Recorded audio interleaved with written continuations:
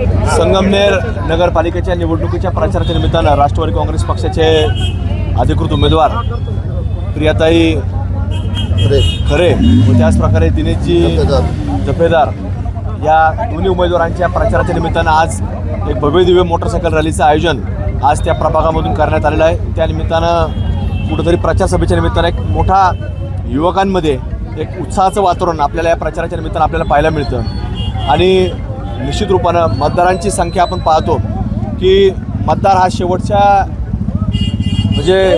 क्षणापर्यंत हा मतदार केंद्रापर्यंत आपण आणला पाहिजे, जास्तीत जास्त मतदान घडून आणलं पाहिजे। आणि आपण पाहतोय की मागच्या काही काळामध्ये युवकांची मतदारांच्या बाबतीमध्ये मतदानाची संख्या ही वाढलेली आहे। त्यामुळे युवक जास्त नवीन मतदार पहिल्या वेळेला मतदान करणारा मतदार हा मतदान केंद्रापर्यंत आणण्याकरता चांगल्या प्रकारे रणनीती आखली पाहिजे।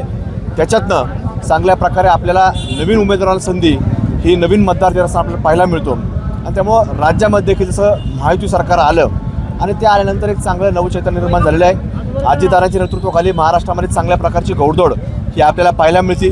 सकाळपासून अगदी 6-6:30 पासून म्हणजे बीड जिल्ह्यामध्ये आपण जर पाहिलं त्यांच्यावर पालकमंत्रीपदाची जबाबदारी आली तर सकाळी 6 वाजता त्या भागामध्ये बीडसारख्या शहरामध्ये पाहणी करणं, वेगवेगळ्या जिल्ह्यांमध्ये गेलं, राजधानी मुक्कामाला जर असले तर सकाळी 6-6:30 त्या जिल्ह्यामध्ये वेगवेगळ्या प्रश्नांची माहिती घेणं, जाण करून घेणं आणि त्याच्यावरती फक्त पाहणी नाही तर त्याच्यावर निकाल देणारा एक नेता म्हणून अजितदादा आपल्याला महाराष्ट्रामध्ये कर्तव्यदक्ष उपमुख्यमंत्री ही त्यांची एक वेगळी ख्याती आपल्याला पाहायला मिळाली। त्यामुळे आज देखील या ठिकाणी जे उमेदवार आहेत तर ते निश्चित रूपानं अजितदादांच्या विचारानं आपल्याला कुठेतरी पुढच्या काळामध्ये काम करत असताना नगरपालिकेमध्ये निवडून देण्याकरता विनंती करण्याकरता मतदारांना आव्हान करण्याकरता आज आम्ही आलेलो आहोत।